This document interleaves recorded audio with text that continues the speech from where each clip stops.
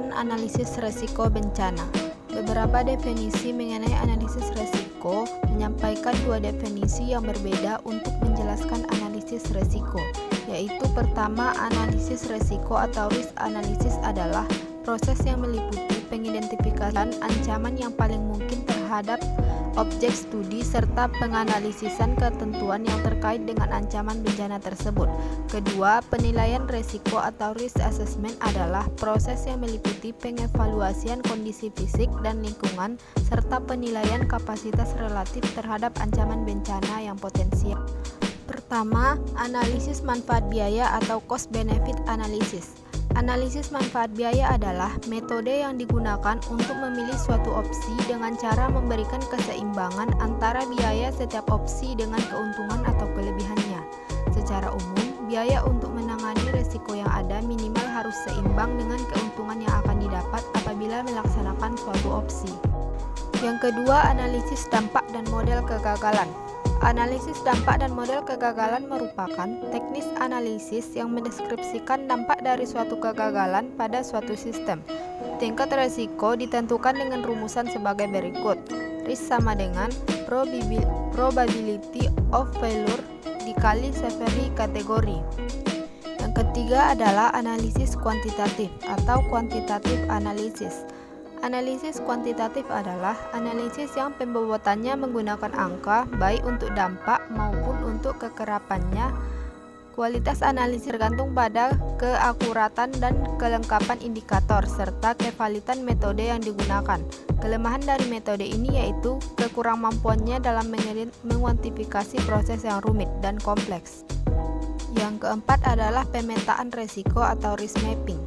Peta resiko adalah gambaran suatu masyarakat atau suatu wilayah geografis yang mengidentifikasikan tempat dan bangunan yang mungkin terkena dampak dari suatu bencana. Selanjutnya, langkah-langkah analisis resiko. Lingkup kegiatan analisis resiko meliputi pengumpulan, pengolahan, analisis data, penetapan variabel, penilaian resiko, dan pelaksanaan penilaian resiko. Tingkat penentu risiko bencana di suatu wilayah dipengaruhi oleh 3 faktor, yaitu ancaman, kerentanan, dan kapasitas. Dalam upaya pengurangan risiko bencana atau disaster risk reduction, ketiga faktor tersebut yang menjadi dasar acuan guna menentukan langkah-langkah dalam pengelolaan bencana. Selanjutnya adalah pengurangan risiko bencana. Menurut konsep sustainable livelihood, ada 5 asas penghidupan yang dimiliki oleh setiap individu atau unit sosial yang lebih tinggi di dalam upayanya mengembangkan kehidupannya, yaitu pertama, human capital, yakni modal yang dimiliki manusia. Yang kedua, social capital adalah kekayaan sosial yang dimiliki komunitas. Yang ketiga, natural capital adalah persediaan sumber daya alam. Yang keempat, physical capital adalah infrastruktur dasar dan memproduksi barang-barang yang dibutuhkan, serta financial capital yaitu sumber-sumber keuangan yang digunakan oleh rakyat untuk mencapai tujuan-tujuan kehidupannya.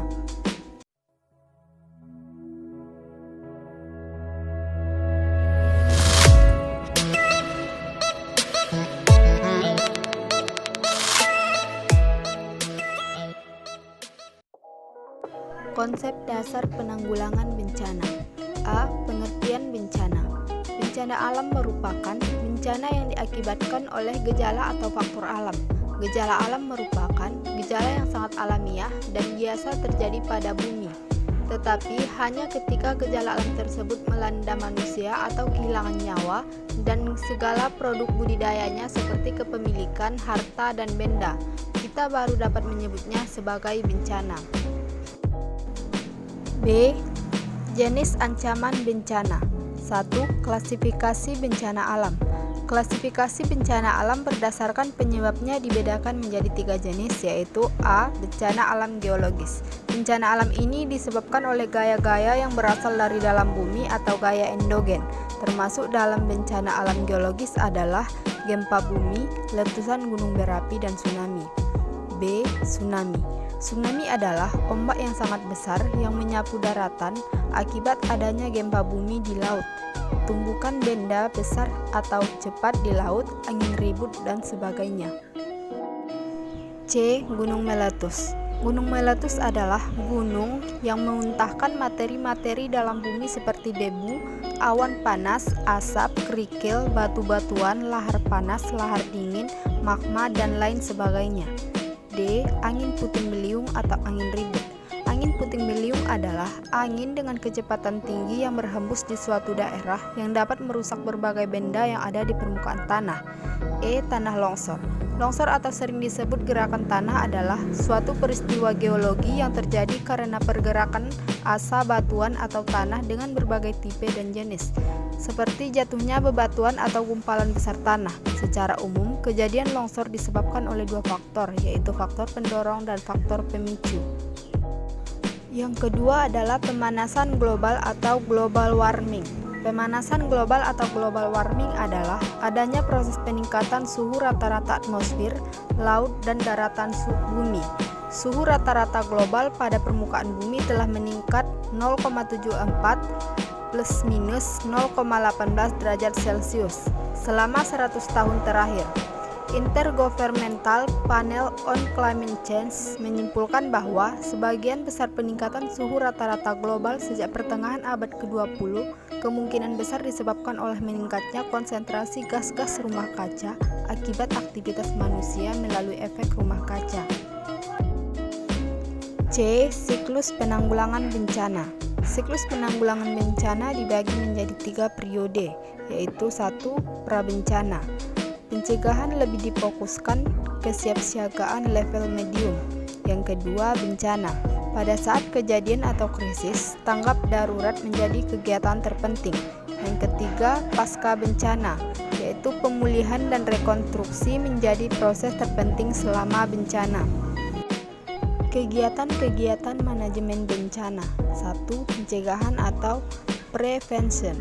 Pencegahan merupakan upaya yang dilakukan untuk mencegah terjadinya bencana jika mungkin dengan menyediakan bahaya. Misalnya, A. Melarang pembakaran hutan dan perladangan. B. Melarang penambangan batu di daerah yang curam. C. Melarang membuang sampah sembarangan. Yang kedua, mitigasi bencana atau mitigation.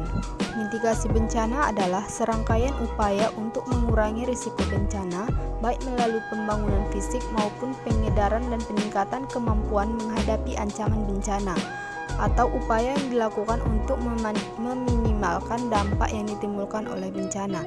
Yang ketiga, kesiapsiagaan atau preparedness.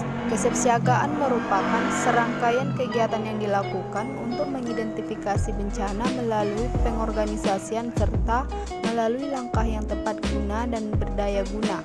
Misalnya penyiapan sarana komunikasi, pos komando, penyiapan lokasi evakuasi, rencana kontingensi, dan sosialisasi peraturan atau pedoman penanggulangan bencana. Yang keempat, peringatan dini. Peringatan dini adalah serangkaian kegiatan pemberian peringatan sesegera mungkin kepada masyarakat tentang kemungkinan terjadinya bencana pada suatu tempat oleh lembaga yang berwenang, atau upaya untuk memberikan tanda peringatan bahwa bencana kemungkinan akan segera terjadi. Yang kelima, tanggap darurat. Tanggap darurat adalah upaya yang dilakukan segera pada saat kejadian bencana untuk menanggulangi dampak yang ditimbulkan, terutama berupa penyelamatan korban dan harta benda, evakuasi, dan pengungsian. Yang keenam, bantuan darurat.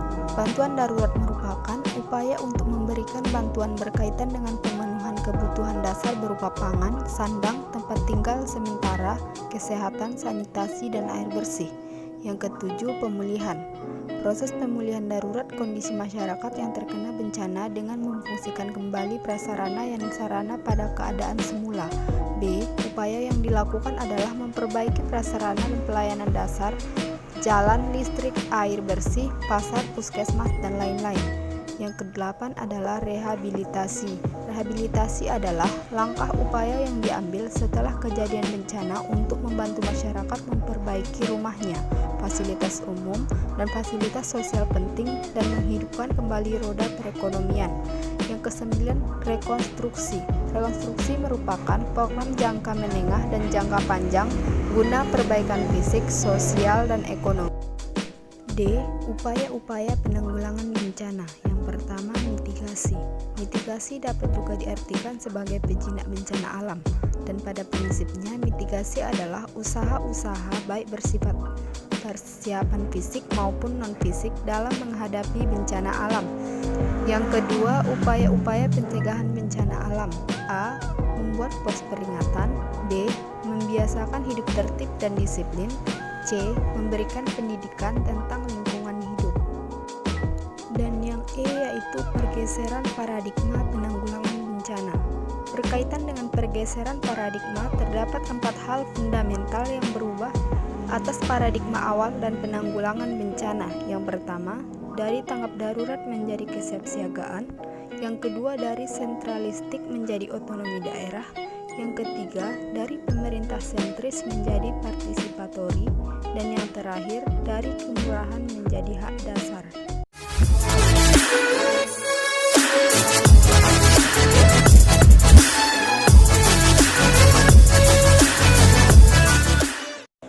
A. Tahan penanganan bencana. Universitas British Columbia mendefinisikan arti penanganan bencana yaitu proses pembentukan atau penetapan tujuan bersama dan nilai bersama atau common value untuk mendorong pihak-pihak yang terlibat atau partisipan untuk menyusun rencana dan menghadapi bencana maupun aktual. Secara umum, manajemen bencana bertujuan untuk 1. Mencegah dan membatasi jumlah korban manusia serta kerusakan harta benda dan lingkungan hidup. Yang kedua, menghilangkan kesengsaraan dan kesulitan dalam kehidupan dan penghidupan korban. Yang ketiga, mengembalikan korban bencana dari daerah penampungan atau pengungsian ke daerah asal bila memungkinkan atau merelokasi ke daerah baru yang layak huni dan aman. Secara umum, manajemen bencana dan keadaan darurat adalah tahapan pra-bencana, saat bencana, dan pasca bencana. Untuk daerah-daerah yang kerap tertimpa bencana yang dibuat manusia seperti banjir, longsor, luapan lumpur, dan lain-lain, ataupun yang terduga secara awam seperti gempa tektonik, vulkanik, angin puting beliung, dan lain-lain, dan menerapkan tahapan-tahapan kerja yang lebih mendetail. Setiap tahapan itu sebagai berikut. 1. Riset. Pelajari fenomena alam yang akan terjadi secara umum atau khusus di suatu daerah. Yang kedua, analisis kerawanan, kajian risiko. Dan yang ketiga adalah sosialisasi dan kesiapan masyarakat. Yang keempat adalah mitigasi atau persiapan mendekati terjadinya bencana atau keadaan darurat. Yang kelima, warning atau peringatan bencana. Yang keenam, tindakan penyelamatan. 7. Komunikasi. 8. Penanganan darurat jika ada anggota masyarakat yang memerlukan perawatan medis ataupun ada anggota masyarakat yang dinyatakan hilang. Kesiapan raga penyelamatan harus terkoordinasi dengan baik. Yang kesembilan, keberlangsungan penanganan. Yang ke-10, upaya perbaikan. 11. Pelatihan dan pendidikan. Dan yang terakhir, simulasi. B. Kesiapsiagaan dalam penanganan bencana. Kesiapsiagaan adalah serangkaian kegiatan yang dilakukan untuk mengantisipasi bencana melalui pengorganisasian serta melalui langkah yang tepat guna dan berdaya guna. Undang-Undang RI Nomor 24 Tahun 2007. Sedangkan kesiapsiagaan menurut Charter 1991 adalah tindakan-tindakan yang memungkinkan pemerintahan, organisasi, masyarakat, komunitas, dan individu untuk mampu menanggapi suatu situasi bencana secara cepat dan tepat guna. Adapun komponen utama penanggulangan bencana antara lain 1. Kesiapan manajemen operasi penanggulangan bencana. 2. Kesiapan fasilitas penanggulangan bencana. 3. Kesiapan komunitas penanggulangan bencana. 4. Kesiapan pertolongan darurat penanggulangan bencana. Dan yang kelima, dokumentasi. Adapun tugas sistem kesiapsiagaan yang pertama, mengevaluasi risiko yang ada pada suatu negara atau daerah terhadap bencana. Yang kedua, menjalankan standar dan peraturan. Yang ketiga, mengatur sistem komunikasi, informasi, dan peringatan. Yang keempat, menjamin mekanisme koordinasi dan tanggapan. Yang kelima, menjalankan langkah-langkah untuk memastikan bahwa sumber daya keuangan dan sumber daya lain yang tersedia untuk meningkatkan kesiapan dan dapat dimobilisasikan saat situasi bencana. Yang keenam, mengembangkan program pendidikan masyarakat. Yang ketujuh, mengkoordinasi penyampaian informasi pada media massa. Yang kedelapan, mengkoordinasi latihan simulasi bencana yang dapat menguji mekanisme respon atau tanggapan. C. C. Cepat dan tanggap darurat. Tanggap darurat adalah upaya yang dilakukan segera pada saat kejadian bencana untuk menanggulangi dampak yang ditimbulkan terutama berupa penyelamatan korban dan harta benda, evakuasi, dan pengungsian. Pada tanggap darurat bencana terdapat hal-hal berikut. 1. Korban massal. Korban relatif banyak akibat penyebab yang sama dan perlu pertolongan segera dengan kebutuhan sarana, fasilitas yang lebih dari yang tersedia. Yang kedua, bencana mendadak atau tidak terencana atau perlahan tapi berlanjut, berdampak pada pola kehidupan normal atau ekosistem hingga diperlukan tindakan darurat yang luar biasa untuk menolong dan menyelamatkan korban dan lingkungannya. Yang ketiga, bencana kompleks. Bencana disertai permusuhan yang luas, disertai ancaman keamanan, serta arus pengungsian luas. Korban banyak kerusakan infrastruktur, disertai ancaman keamanan. Manajemen pencegahan penyakit menular dan survei data penyakit pada wilayah darurat bencana. A. Pencegahan dan pemberantasan penyakit menular. Apabila tempat penampungan diatur dengan baik dan memiliki sanitasi air dan suplai makanan standar yang cukup, kondisi kesehatan dapat disamakan dengan populasi pada umumnya. Namun, penyediaan standar kesehatan yang lebih tinggi bagi penduduk pengungsian dibandingkan dengan populasi secara umum harus dihindari, kecuali terdapat alasan medis yang jelas. Upaya pemberantasan penyakit menular pada umumnya diselenggarakan untuk mencegah KLB penyakit menular pada periode pasca bencana. Selain itu, upaya tersebut juga bertujuan untuk mengidentifikasi penyakit menular yang perlu diwaspadai pada kejadian bencana dan pengungsian, melaksanakan langkah-langkah upaya pemberantasan penyakit menular, dan melaksanakan upaya pencegahan kejadian luar biasa atau KLB penyakit menular. Permasalahan penyakit menular ini terutama disebabkan oleh 1. Kerusakan lingkungan dan pencemaran. 2. Jumlah pengungsi yang banyak menempati suatu ruang yang sempit sehingga harus berdesakan. 3. Pada umumnya tempat penampungan pengungsi tidak menuruti syarat kesehatan. Yang keempat, ketersediaan air bersih yang seringkali tidak mencukupi jumlah maupun kualitasnya. Yang kelima, di antara para pengungsi banyak ditemui orang-orang yang memiliki risiko tinggi seperti balita, ibu hamil, dan berusia lanjut. Yang keenam, pengungsi berada pada daerah endemis penyakit menular, dekat sumber pencemaran, dan lain-lain. B. Pengendalian penyakit menular dan survei data penyakit. 1. Diare. Pencegahan dan penanggulangan. Pencegahan penyakit diare dapat dilakukan sendiri oleh para pengungsi, antara lain A. Gunakan air bersih yang memenuhi syarat. B. Semua anggota keluarga buang air besar di jamban. C. Buang tinja bayi dan anak kecil di jamban. D. Cucilah tangan dengan sabun sebelum makan, sebelum menjamah atau memasak makanan, dan sesudah buang air besar. A. Tata laksana penderita. Bila mana ditemukan adanya penderita diare di lokasi bencana atau penampungan pengungsi, pertama-tama yang harus dikerjakan pada waktu memeriksa penderita diare adalah 1. Menentukan derajat dehidrasi. 2. Menentukan pengobatan dehidrasi yang tepat. B. Pertolongan penderita diare di rumah tangga dan tempat pengungsian. Langkah-langkah pertolongan penderita diare di rumah tangga antara lain 1. Berikan segera oralit atau cairan yang tersedia di rumah dan tempat pengungsian seperti air teh, tajin, kuah sayur, dan air sup. 2. Teruskan pemberian makanan seperti biasa, tidak pedas dan tidak mengandung serat.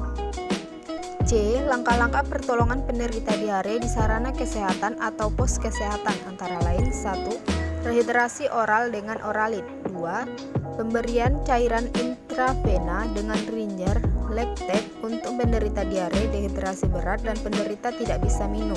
3. Penggunaan antibiotik secara rasional. 4. Memberikan nasihat pada keluarga tentang pentingnya meneruskan pemberian makanan, rujukan, dan upaya pencegahan. D. Kesiapsiagaan terhadap kemungkinan KLB.